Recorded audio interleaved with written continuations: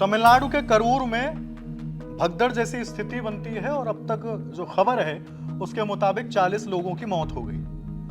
कहा यह जा रहा है कि भगदड़ नहीं थी, वो सब कुछ साजिश था और भगदड़ जो हुई यह कहा जा रहा है कि वो हत्या है। 40 लोगों की सोची समझी साजिश के तहत हत्या हुई है।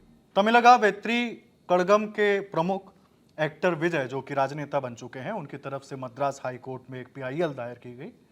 क्या कुछ कहा गया है वो तमाम चीजें बताएंगी मेरी सहयोगी सुप्रिया।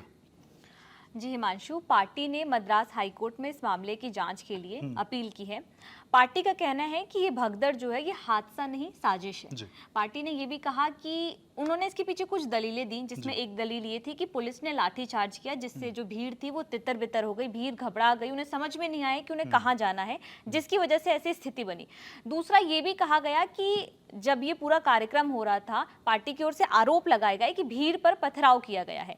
टीवीके के joint general secretary CTR Nirmal Kumar ने कहा कि हमने उच्च न्यायालय के न्यायाधीश के समक्ष उल्लेख किया है कि इस पर मुद्रई पीठ में सुनवाई होगी। कल यानी 29 सितंबर को दोपहर 2:30 बजे इस पूरी याचिका पर सुनवाई होगी। टीवीके के वकील अरी वाजगन ने एनडीटीवी से बातचीत की है। उस बातचीत में उन्होंने इस मुद्दे पर और खुलकर अपने पार्टी का पक्ष रखा और कोर्ट में और क्या क्या दलीलें दी गई इस पर भी उन्होंने बात की। उन्होंने कहा कि पार्टी ने मद्रास हाईकोर्ट में याचिका दाखिल की है। याचिका में विशेष जांच कमेटी यानी एसआईटी गठित करने और मामले को सीबीआई को ट्रांसफर करने की मांग की गई है। उन्होंने राज्य सरकार के दावों को खारिज किया कि रैली में सुरक्षा नियमों का उल्लंघन हुआ है। जो बार बार कहा जा रहा था कि हमें तय जो भीड़ का मानक था कि इतनी संख्या में भीड़ आएगी, इसके बारे में नहीं बताया गया था। राज्य सरकार की ओर से जो आरोप लग रहे हैं उसको भी उन्होंने खारिज किया। उन्होंने इस बातचीत में आगे कहा कि करूर हादसे में साजिश हुई है, मतलब वो ये कह रहे हैं कि ये सिर्फ हादसा नहीं है, इसके पीछे साजिश है। उन्होंने कहा कि हमें स्थानीय लोगों से भरोसेमंद जानकारी मिली है, कुछ सीसीटीवी फुटेज भी मिले हैं जो ये दिखाता है कि राज्य की सत्ता पार्टी के कुछ कार्यकर्ताओं ने ये साजिश की है। यानी जो उन्होंने कोर्ट में याचिका दी है उसमें जिस पथराव शब्द का जिक्र हो रहा है और जिस लाठीचार्ज का जिक्र हो रहा है, वो साफ तौर पे इन आरोपों से उसी ओर इशारा कर रहे हैं। जी, इसके अलावा मेरा एक सवाल और था। जब हम ये तमाम तस्वीरें देखते हैं तमिलनाडु की कि करूर में किस तरीके से जो एक तथ्य सामने आया, क्योंकि वहां का प्रशासनिक खेमा ही बहुत बटा हुआ नजर आता है। वो ये कहता है कि 10,000 लोगों की परमिशन ली गई थी, फिर कुछ लोग ये कहते हैं कि 20,000 लोग पहुंचे, हमने उतनी की व्यवस्था की थी, लेकिन पहुंच गए 27,000 लोग। लेकिन प्रशासन का एक खेमा ये भी कहता है कि 50,000 से ज्यादा की भीड़ पहुंच गई। कल जब मैं कुछ रिपोर्ट्स पढ़ रहा था तो उसमें इस बात का भी जिक्र था कि 1,20,000 से ज्यादा की भीड़ वहां पर पहुंची हुई थी। सवाल ये उठता है सुप्रिया कि जब ये तमाम तर्क दिए जा रहे हैं और ये तर्क अलग अलग हैं, डेटा बहुत अलग अलग है कि 10,000, 20,000, 27,000, 50,000 और 1,20,000 ये आंकड़े दिए जा रहे हैं। और सवाल ये उठता है कि जो प्रशासनिक अफसर जिनकी जवाबदेही है, जिनको जिम्मेदारी दी गई कि आपको उस भीड़ को नियंत्रित करना है, क्योंकि उन्होंने तो, जो एक्टर विजय हैं जिनकी पार्टी है टीवी के, उन्होंने तो परमिशन ले ली उसके बाद, और वो पहले भी ये आरोप लगाते रहे हैं कि हमें रैली करने के लिए पर्याप्त तो स्थान नहीं दिया जा रहा जो जहां पर भीड़ आ पाए। और उसके बाद इतनी बड़ी घटना हो जाती है तो टीवीके के अलावा भी जो स्थानीय लोग हैं उनके मन में भी एक शक बना हुआ है।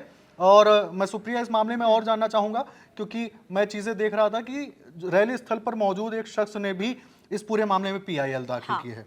बिल्कुल हिमांशु, मद्रास हाईकोर्ट में करूर के रहने वाले ही एक व्यक्ति ने याचिका दायर करके तत्काल सुनवाई की मांग की है। ये व्यक्ति, ऐसा बताया जा रहा है कि जिस व्यक्ति ने याचिका दायर की है वो कल टीवीके की रैली में मौजूद था।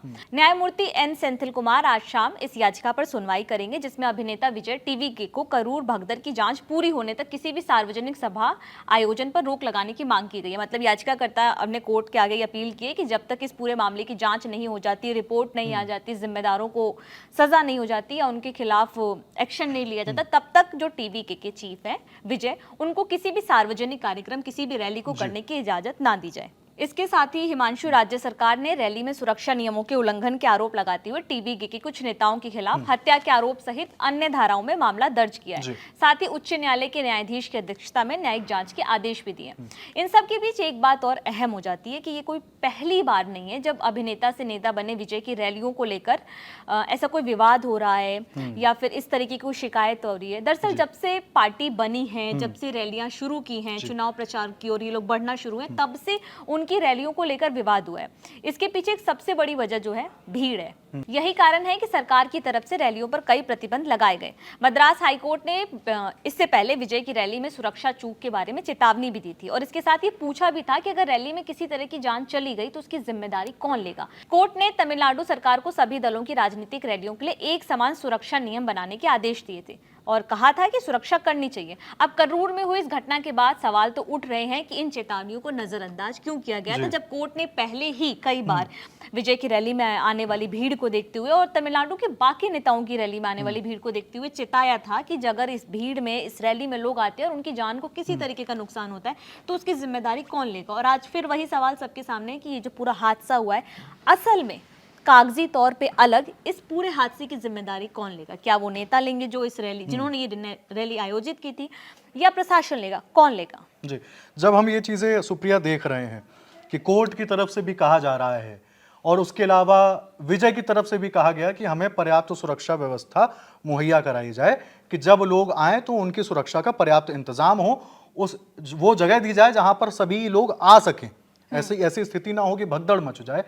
तो उसके बावजूद ये कई सवाल उठते हैं वहां के लोग भी, और अब तो पूरा देश पूछ रहा है कि इस तरह से चीजें हुई, प्रशासन कहां था, सरकार जिसको कई बार चेताया जा चुका। जब हम देखते हैं कि विजय की रैली में, विजय कभी भी एक रोड शो भी करते हैं तो वहां पर बहुत ज्यादा भीड़ मौजूद होती है क्योंकि वो राजनेता बनने से पहले एक एक्टर भी हैं और बहुत चर्चित एक्टर रहे हैं। तो हमें दिखता है कि किस तरीके से भीड़ अनियंत्रित हो जाती है। तो जिम्मेदारी वहां पर प्रशासन की भी है, जिम्मेदारी वहां पर सरकार की भी है, एमके स्टालिन की भी, जो कि प्रदेश के मुखिया हैं, मुख्यमंत्री के तौर पर उनसे भी सवाल किए जा रहे हैं कि इन तमाम हिदायतों के बावजूद क्यों उन्होंने सख्ती नहीं बरती, क्यों उन्होंने प्रशासन के दुरुस्त इंतजाम नहीं किए। बाकी कई सवाल हैं जो उठते जा रहे हैं, जिनके जवाब जैसे जैसे आते जाएंगे ललन टॉप आप तक रखता रहेगा। नमस्ते।